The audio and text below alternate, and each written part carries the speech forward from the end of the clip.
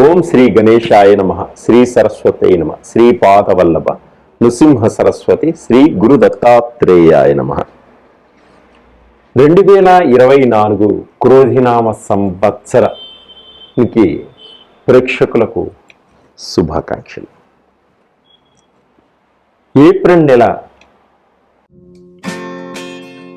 Hi, my name is Gautam and I actually stay in Malkajgiri itself. I had this back pain. It's been 1.5 years. I have tried many treatments like chiropathy, oil massage, physiotherapy especially, but it didn't work out as much like what I expected. I strongly suggest homeopathy. You people can carry on with the homeopathy. Area Malkajgiri and doctor name is like Nagesh Rao and the clinic name is Neocare Homeopathy. ద్వాదశ రాశుల యొక్క మాస ఫలితాలు గోచార రీత్యా ముందుగా తెలుసుకున్నాం. అలాగే గ్రహాల యొక్క సంచారం ఏ విధముగా ఉంది ముందుగా మనం తెలుసుకున్నాం. 2024లో ఏప్రిల్ మాసంలో ఈ గ్రహాల యొక్క స్థితి సంచారం గురించి మనం ముందుగా తెలుసుకుంటాం. ముందుగా రవి 14వ తేదీ వరకు మీనరాశిలో సంచరించి తదుపరి మేషరాశిలో సంచరిస్తున్నాడు. రవి 14వ తేదీ వరకు మీనరాశిలో సంచరించి తదుపరి మేషరాశిలోకి వచ్చి అక్కడ సంచరిస్తున్నాడు. గురువు ఈ నెలంతా కూడా మేషరాశిలో సంచరిస్తున్నాడు. అలాగే శుక్రుడు కూడా ఈ నెలంతా మీనరాశిలో సంచరిస్తున్నాడు. రాహువు ఈ నెలంతా మీనరాశిలో సంచరిస్తున్నాడు. బుధుడు ఈ నెల అంతా కూడా మీనరాశిలో సంచరిస్తున్నాడు. కేతువు ఈ నెలంతా కన్యారాశిలో సంచరిస్తున్నాడు. శని ఈ నెల అంతా కూడా కుంభరాశిలో సంచరిస్తున్నాడు. కుజుడు ఈ నెలంతా 24వ తేదీ వరకు కుంభరాశిలో సంచరించి తదుపరి అక్కడి నుంచి మీనరాశిలోకి వచ్చి అక్కడ సంచరిస్తున్నాడు. ఇది గ్రహాల యొక్క సంచారం ఏ విధంగా ఉంది ముందుగా మనం తెలుసుకుంటున్నాం. ఏప్రిల్ 2024 శ్రీ క్రోధినామ సంవత్సరం ద్వాదశ రాశుల యొక్క గోచార రీత్యా ఫలితాలని మాస ఫలితాలని మనం తెలుసుకున్నాం. కన్యారాశి వారికి ఈ మాసమంతా ఏ విధంగా ఉంది, ఏ విధంగా మనం పరిహారాలు చేసుకుంటే మన యొక్క అభివృద్ధి ఎలా ఉంటుంది ముందుగా తెలుసుకుందాం. ఈ కన్యారాశి వారు ఉత్తరా నక్షత్రంలో 2, 3, 4 పాదములలో జన్మించిన వారు. టో పా పి అనే అక్షరములు మీ పేరులో మొదటిగా ఉన్నవారు. హస్తా నక్షత్రం 1, 2, 3, 4 పాదములలో జన్మించిన వారు. పు ష ర అనే అక్షరములు మీ పాదములలో మొదటిగా ఉన్నవారు. చిత్తా నక్షత్రము 1, 2 పాదములలో జన్మించిన వారు. పా పే పో అనే అక్షరములు మీ పేరులో మొదటిగా ఉన్నవారు ఈ కన్యారాశి యొక్క ఫలితములను మాస ఫలితములను తప్పకుండా మీకు వర్తిస్తాయి. అలాగే ఈ కన్యారాశి వారికి ఈ మాసంలో ఈ నెలలో సాధారణ ఫలితాలు సూచిస్తున్నాయి. రాహు కేతువు కొంత దోషం కూడా ఈ మాసంలో కన్యారాశి వారికి ఉంది. ఎంత కష్టపడితే కానీ వారికి ఫలితం లభించదు.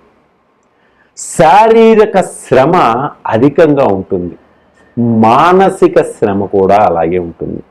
కుటుంబంలో కొంత గొడవలు ఏర్పడేటువంటి సూచనలు కూడా ఉన్నాయి. తల్లిదండ్రులతోటి, అత్తమామలతోటి, పిల్లలతోటి కూడా కొంత గొడవలు ఏర్పడేటువంటి సూచనలు ఉన్నాయి. కాబట్టి ఆచితూచి మాట్లాడండి. ఎదుటి మనిషి మాట్లాడిన దాన్ని రిసీవ్ చేసుకుని దానికి తగిన సమాధానాన్ని చెప్పండి. తొందరపాటు తనంతో వారిని ఎగర్తించవద్దు, మాట్లాడద్దు. మీరు వారికి ఇబ్బంది కలుగ చేయవద్దు. సంతానం వలన కొంత ఇబ్బందులు కూడా కలుగుతాయి. సంతానం లేని వారికి కూడా, సంతానం కోసం ప్రయత్నం చేసే వారికి కూడా కొంత ఆర్థికపరమైనటువంటి ఖర్చులు కూడా ఏర్పడతాయి. ప్రయాణాలలో కొంత ప్రమాదాలు సూచిస్తున్నాయి కాబట్టి చాలా జాగ్రత్తగా ప్రయాణం చేయండి. అవసరమైతేనే ప్రయాణాలు చేయండి, లేకుంటే ప్రయాణాలు చేయవద్దు. వ్యాపారస్తులకు కొత్త కొత్త విధానాలతోటి వ్యాపారం చేయాలి అనేటువంటి కోరిక తప్పకుండా నెరవేరుతుంది. మీ యొక్క వ్యాపారంలో అనుభవాన్ని జాగ్రత్తగా పెట్టి మీ తెలివితేటలతోటి వ్యాపారం చేయండి. తప్పకుండా మీకు విజయాన్ని సాధించడమే కాకుండా ఆర్థిక పరంగా కూడా ముందంజ వేస్తారు. అనారోగ్యంతో ఎప్పటి నుంచో బాధపడుతున్నటువంటి వారికి అనారోగ్య సమస్యలు కొన్ని తొలగిపోయి ఆరోగ్యవంతులయ్యేటువంటి సూచనలు కనిపిస్తున్నాయి. మంచి వైద్యులు కూడా మీకు తటస్థపడతారు. ఖర్చు కూడా అధికంగా ఉంటుంది. అనారోగ్య సమస్యలు కూడా తొలగిపోతాయి. అవసరమైనప్పుడే ఖర్చు పెట్టండి, అవసరమైతేనే రుణం తీసుకోండి. మానసిక శాంతి లోపిస్తుంది కాబట్టి మనశ్శాంతిగా ఉండడం కోసం మీరు మెడిటేషన్ని చేయండి. అలాగే సహనంతో ముందుకు సాగండి. విదేశాలకు వెళ్ళాలనుకునే వారికి, విదేశాలలో గ్రీన్ కార్డ్ కోసం ప్రయత్నం చేస్తున్న వారికి, స్త్రీలకు చాలా జాగ్రత్తగా ఉండండి. కొంత సమయాన్ని వాయిదా వేసుకోండి. వివాహాల కోసం ప్రయత్నం చేస్తున్న వారికి కూడా కొంత సమయం కేటాయించడం జరుగుతుంది, కొంత లేట్ అవ్వడం జరుగుతుంది. ఈ మాసం అంతా అంకిత భావంతో వ్యవహరించుకోవాలి. మీరు శ్రమకు తగిన లాభాలు చూడలేకపోతారు. ఈ మాసంలో ఖర్చులు ఆదాయానికన్నా మించిపోతాయి. వృత్తిపరంగా తొందరపాటు నిర్ణయాలు ఎప్పుడూ తీసుకోవద్దు. ఉద్యోగస్తులకు అధికారులతోటి మాట పెరిగేటువంటి సూచనలు కూడా కనిపిస్తున్నాయి కాబట్టి అధికారులకు అణిగిమణిగి ఉండండి. వ్యాపారస్తులు వ్యాపారంలో తొందరపాటు నిర్ణయాలను ఎప్పుడు తీసుకోవద్దు. స్థిరాస్తులు క్రయ విక్రయ నిర్ణయాలు కూడా కొంచెం వాయిదా వేసుకోవడం చాలా మంచిది. విద్యార్థులు చెడు అలవాట్లకి దూరంగా ఉండండి. చెడు స్నేహాలకు కూడా దూరంగా ఉండండి. ఇతరుల చేతిలో మోసపోవద్దు. వ్యసనాలకి దూరంగా ఉండండి. వీరు రాహుకేతువుల యొక్క దోషాన్ని తొలగించుకొని